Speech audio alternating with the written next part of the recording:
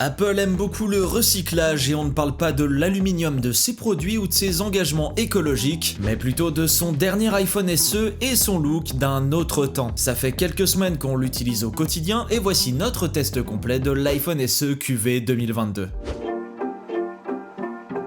Pour bien comprendre ce produit, il faut remonter à la genèse des iPhone SE d'Apple. SE pour Apple, ça veut dire Special Edition, une édition spéciale pour des produits vraiment spéciaux. Vraiment spéciaux? Au début, oui. Le constructeur a introduit son premier iPhone SE en 2016 aux côtés de l'iPhone 6S. Le principe, c'était de caser les composants du dernier modèle en date dans un châssis d'ancienne génération, avec la promesse à l'époque de proposer un smartphone compact. Et franchement, il nous a laissé des bons souvenirs ce petit SE. 4 ans plus tard, en 2020, Apple réitérait avec son iPhone SE de seconde génération. Cette fois, on avait droit à une puce A13 embarquée dans un châssis d'iPhone 8. Donc un petit peu d'évolution pour un prix plutôt doux. Et c'est donc 2 ans plus tard que la marque revient avec la troisième génération de son iPhone SE en 2022. Et si on pouvait imaginer que ce nouveau modèle piocherait du côté de l'iPhone XR pour son châssis, eh bien malheureusement, il n'évolue absolument pas. En 2022, l'iPhone SE propose une nouvelle fois le châssis de l'iPhone 8 de 2017 et une façade avant avec de larges bordures et un bouton Home introduite pour la première fois sur l'iPhone 6 en 2014. Oui, là ça commence vraiment à dater. Ici, on a donc un écran LCD de 4,7 pouces avec un taux de rafraîchissement à 60 Hz, mais qui reste plutôt correct avec des couleurs justes et une luminosité suffisante sans être exceptionnelle, on va pas se mentir. Sous cet écran, un bouton Home qui renferme le capteur d'empreinte digitale Touch ID et qui s'avère parfois plus pratique et plus rapide à utiliser que Face ID, notamment quand on porte un masque ou bien des lunettes de soleil par exemple. Après, maintenant qu'iOS 15.4 a permis à Face ID de fonctionner avec le masque, on lui trouve quand même moins d'avantages à ce bouton. Enfin, après c'est limité aux iPhone 12 et 13, donc ça concerne pas non plus tout le monde. Sinon, l'appareil est super fin, il est léger et résistant avec son nouveau verre renforcé et sa certification IP67. Il est agréable à manipuler avec ses tranches arrondies qui procurent une excellente prise en main et un dos en verre qui lui permet de s'offrir la recharge sans fil. Et malheureusement, Apple n'a pas jugé bon d'intégrer son système de recharge magnétique MagSafe à ce nouvel iPhone SE. Ça aurait au moins été une petite nouveauté en plus et une manne financière évidente pour Apple qui aurait pu vendre quelques accessoires en plus. Mais il faudra faire sans. Et c'est donc sur ce dos en verre qu'on retrouve l'unique capteur photo que propose ce modèle. Alors on va pas s'étendre dessus, il y a clairement aucune révolution avec cette QV 2022. On retrouve encore et toujours ce même petit capteur de 12 mégapixels qui s'avère plutôt correct et qui produit des clichés satisfaisants au quotidien, mais pas beaucoup plus. Et d'ailleurs cet iPhone peut aussi filmer en 4K avec une qualité extrêmement convaincante pour un téléphone. Et ça c'est un argument de poids des smartphones d'Apple et ce petit SE ne s'en prive pas. En revanche, avec un seul capteur, l'iPhone SE n'est clairement pas polyvalent. Pas d'ultra grand angle, pas de téléobjectif, il faudra vous contenter d'un seul angle parce que le zoom numérique ne fait clairement pas de miracle. Et ça, même en plein jour. L'autre reproche qu'on pourra faire à cet iPhone SE sur sa partie photo, c'est l'absence justement d'un mode nuit. C'est d'autant plus dommage que cette absence n'est pas liée au capteur photo en lui-même, mais seulement à la partie logicielle. En gros, Apple n'a pas jugé bon d'intégrer ce mode à son dernier iPhone SE alors qu'il en est parfaitement capable. Par exemple, il est présent sur iPhone depuis l'iPhone 11, pourtant doté d'une puce A13 Bionic. Donc ce n'est pas une question de puissance. Et cet iPhone SE, il a pourtant droit à une puce autrement plus récente et plus puissante, l'A15 Bionic, soit la puce qui fait tourner les derniers iPhone 13 et iPhone 13 Pro. Et il est là le grand argument de cet iPhone SE 2022. Avec l'A15, cet iPhone peut donc se hisser parmi les smartphones les plus puissants du marché. À seulement 529 €, il dépasse même d'autres smartphones vendus autour des 1300 €, comme le dernier Galaxy S22 Ultra de Samsung par exemple. Après, la 15 a beau être particulièrement performant, dans le cas de cet iPhone SE, cette débauche de puissance ne servira sans doute pas à faire tourner des gros jeux mobiles ou bien des applications très gourmandes. La cause à son petit écran LCD de 4,7 pouces. Ici, il faut vraiment voir la présence de cette puce comme un gage de longévité en termes de mise à jour. Il est possible que cet iPhone SE reçoive des mises à jour majeures pendant encore 5, 6 voire 7 ans. C'est absolument pas inédit chez Apple. D'ailleurs, l'iPhone SE de 2016 est encore mis à jour, c'est pour dire. Donc il est clair que c'est de ce côté-là que l'iPhone SE 2022 pourra tirer son épingle du jeu. Et d'ailleurs, l'autre argument de cette puce, c'est qu'elle profite d'un modem 5G, ce qui permet donc à l'iPhone SE de se montrer compatible avec la dernière génération de réseau mobile. Si vous n'avez pas encore de forfait 5G, ce n'est absolument pas grave, il fonctionnera évidemment en 4G. Mais d'ici quelques années, encore une fois, ce sera bien pratique de pouvoir compter là-dessus. Enfin, dernier point majeur, c'est l'autonomie. Dans sa conférence, Apple a souligné le fait que la puce A15 contenue dans cet iPhone lui permettrait de se montrer plus autonome. Et dans notre test de l'iPhone SE, eh bien on n'a pas spécialement noté de bond en avant spectaculaire. On pouvait pourtant s'attendre à une excellente autonomie, alors que les derniers iPhone 13 et surtout les 13 Pro et 13 Pro Max sont particulièrement autonomes. Mais sur l'iPhone SE, avec la 15, eh bien le gain il est un petit peu plus contenu que prévu. Alors oui, c'est quand même une petite prouesse d'arriver à faire tenir la journée à un smartphone qui embarque une batterie d'environ 2000 mAh. C'est plus de 2 fois moins que certains smartphones Android concurrents qui pourtant ont la même autonomie. Mais bon, Apple ne fait pas non plus de miracle, l'iPhone SE propose une autonomie correcte sans plus. Pour résumer, cet iPhone SE de 2022, mis à part sa puce, eh bien il est quand même assez décevant. Déjà, son prix augmente par rapport à la précédente itération en passant de 479 € à 529 €. 50 € de plus quand même. Mais surtout, ce qui fâche, c'est cet énième recyclage de son design. En 2020, ça pouvait encore passer, mais en 2022, pour ce prix, c'est vraiment limite. Ne vous y trompez pas, la qualité de fabrication est toujours aussi exemplaire. Le châssis est solide, rien ne dépasse, rien ne bouge, le tout est parfaitement assemblé. Bref, c'est du Apple. Le problème, c'est qu'à 529 €, on pouvait s'attendre à quelque chose d'un petit peu plus moderne quand même. Pour ce prix, chez la concurrence, on a des smartphones avec des écrans OLED bord à bord, avec un auto de rafraîchissement, des capteurs photo, en veux-tu en voilà, et tout plein de petits raffinements. Et d'ailleurs, même sur l'entrée de gamme, on a des écrans bord à bord. Mais sauf que cet iPhone SE, il a quand même un immense avantage sur tous ces smartphones. C'est que justement, il s'agit d'un iPhone et donc un accès à iOS et l'écosystème Apple. Je ne dis pas qu'iOS est meilleur qu'Android, attention. C'est juste que pour de nombreux utilisateurs qui sont habitués à iOS et qui comptent y rester, eh bien cet iPhone SE devient finalement un téléphone de choix pour un prix contenu. Finalement, c'est le moins cher que vous pouvez trouver neuf chez Apple. Pour des entreprises qui veulent équiper leurs salariés en iPhone, pour des personnes âgées qui n'ont que faire des nouveautés des derniers modèles et qui préféreront largement la navigation avec un bouton home plutôt qu'avec les gestes, ou encore pour un enfant qui va avoir son tout premier smartphone et dont les parents pourront surveiller un tant soit peu sa consommation grâce au partage familial ou à la sécurité qu'offre l'App Store. Bref, cet iPhone, il se destine clairement à certains types de profils, mais pas pour tout le monde. Et finalement, qu'il s'agisse de moi qui teste des smartphones ou de vous qui regardez des tests, eh ben on n'est clairement pas la cible de cet iPhone SE. C'est un iPhone simple, puissant et qui tiendra dans le temps. Mais pour son prix, il y a vraiment des alternatives beaucoup plus intéressantes ailleurs. Mais ça, je suppose que vous le savez déjà. Et si vous tenez absolument à rester chez Apple, il y a aussi plein d'autres choix possibles. Un iPhone 12 mini reconditionné, par exemple, si vous aimez les petits formats. Ou alors un iPhone XR, voire même un iPhone 10. Ou bien un iPhone 11 d'occasion. C'est vraiment pas le choix qui manque et à moins de vouloir absolument acheter un smartphone neuf, cet iPhone SE n'est finalement pas si intéressant que ça. Et vous en pensez quoi de cet iPhone SE de 2022 ? Vous êtes plutôt d'accord avec ce test ou vous trouvez qu'il a quand même quelques arguments à faire valoir ? Faites-le nous savoir en commentaire et si vous avez aimé cette vidéo, n'hésitez pas à vous abonner à la chaîne et à poser le petit like qui fait plaisir. Merci d'avoir regardé cette vidéo, c'était Rémi Lou pour le Journal du Geek.